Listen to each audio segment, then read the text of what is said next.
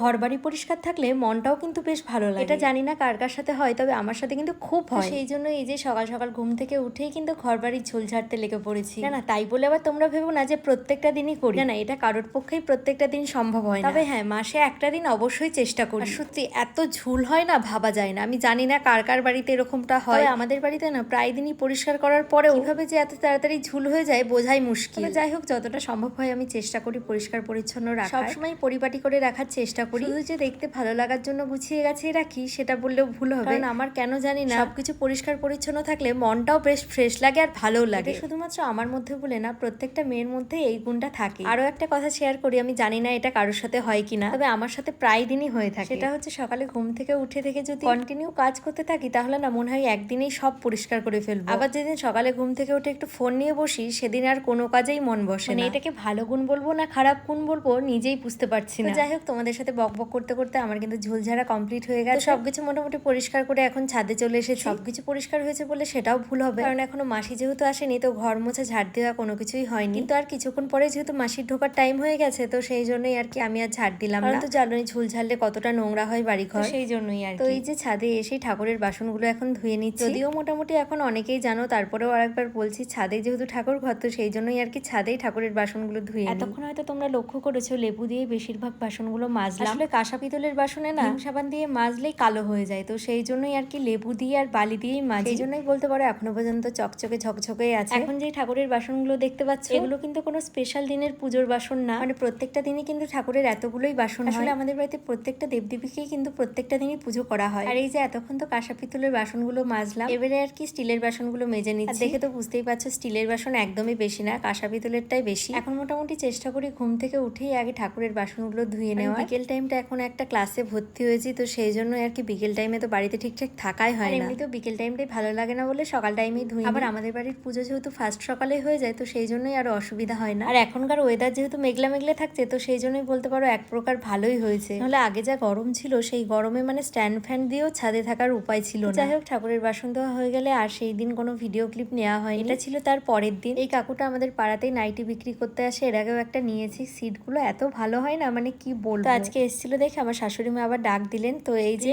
গুলো তোমরা একবার দেখো, শুধু প্রিন্ট বলে না, তার সাথে কিন্তু কাপড়ের কোয়ালিটি পুরো A+ ছিল। আবার কালেকশনও ছিল প্রচুর, মানে যেটাই দেখছি সেটাই পছন্দ হয়ে যাচ্ছিল। তো কোনটা নেব সেটাই সিলেক্ট করা কঠিন হয়ে গেছিল। আচ্ছা, এতগুলো প্রিন্টের মধ্যে তোমাদের কোনটা কোনটা ভালো লেগেছে অবশ্যই কমেন্ট করে জানিও। তো আমার তো নেওয়া হয়ে গেছে, ভাবলাম তোমাদেরকেও একটু ভালো করে দেখিয়ে দিই। আর বাড়িতে যেহেতু সবসময় নাইটি পরি, তো সেই জন্য আর কি নাইটি কয়েকটা বেশি করে না নিলে না হয়, মানে আর একটা নিয়ে নিয়েছিলাম। তবে এই যে এখন যে পিনটা দেখতে পাচ্ছ, এই পিনটা এত ভালো লাগলো যে না নিয়ে আর থাকতে পারলাম না। আর মেরুনটা যেটা দেখতে পেলে সেটা ছিল কুচি দেওয়া। তবে তোমাদের কোনটা বেশি ভালো লাগলো সেটা কিন্তু অবশ্যই জানিও। চলো আজকে ব্লগটা এখানেই শেষ করছি। কেমন লাগলো অবশ্যই কমেন্ট করে জানিও। সকলকে টাটা।